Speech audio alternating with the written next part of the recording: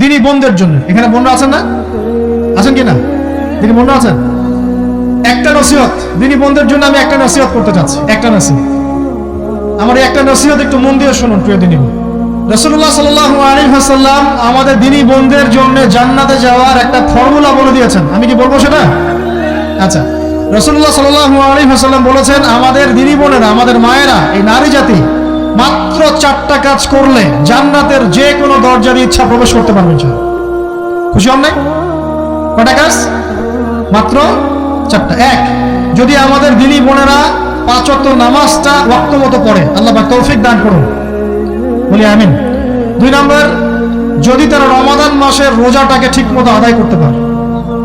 1 নম্বর 5 ওয়াক্ত নামাজ ঠিকঠাক আদায় করা। 2 নম্বর রমজান মাসের সাওম রাখা। 3 নম্বর তাদের লজ্জাস্থানের হেফাজত করা, মানে শরঈ পর্দা মেনটেন করা, শরঈ পর্দা মেনটেন করা। এবং আমি বলে দেই, চেহারাটা আপনাদের পর্দার অন্তর্ভুক্ত। এটা নিয়ে অনেক বাকবিতণ্ডা হয় না সমাজে, চেহারা দেখানো যাবে কি যাবে না ইত্যাদি।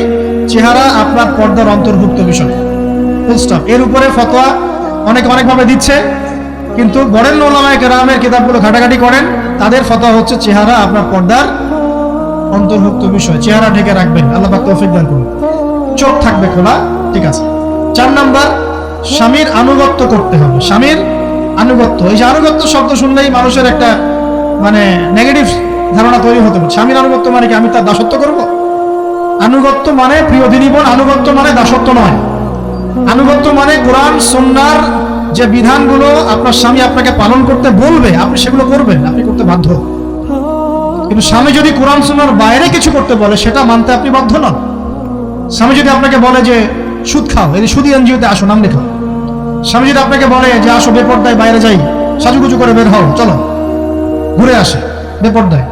স্বামী যদি বলে দেবরকে একটু খাবারটা দিয়ে আসো, আমার অফিসের কলিগ আসছে, খাবার পরিবেশন করো, আসো ডাইনিং এ আসো। এই যে হারাম কাজ, বেপর্দার আদেশ করছে, সুদের আদেশ করছে, আপনি সেগুলো পালন করবেন না। কিন্তু হালাল বৈধ যে কোনো বিষয় আপনি স্বামীর আনুগত্য করবেন, এটা আপনার ফরজ। এই 4টা কাজ যদি আপনি করতে পারেন, জান্নাতের যে কোনো দরজা দিয়ে ইচ্ছা আপনি প্রবেশ করতে পারবেন ইনশাআল্লাহ। আল্লাহ পাক আমাদের দিনী বোনদেরকে এই 4টা কাজ করার তৌফিক দান করুন। আমাদের সবাইকে আল্লাহ পাক জান্নাতের জন্য কবুল করুন, বলি আমিন।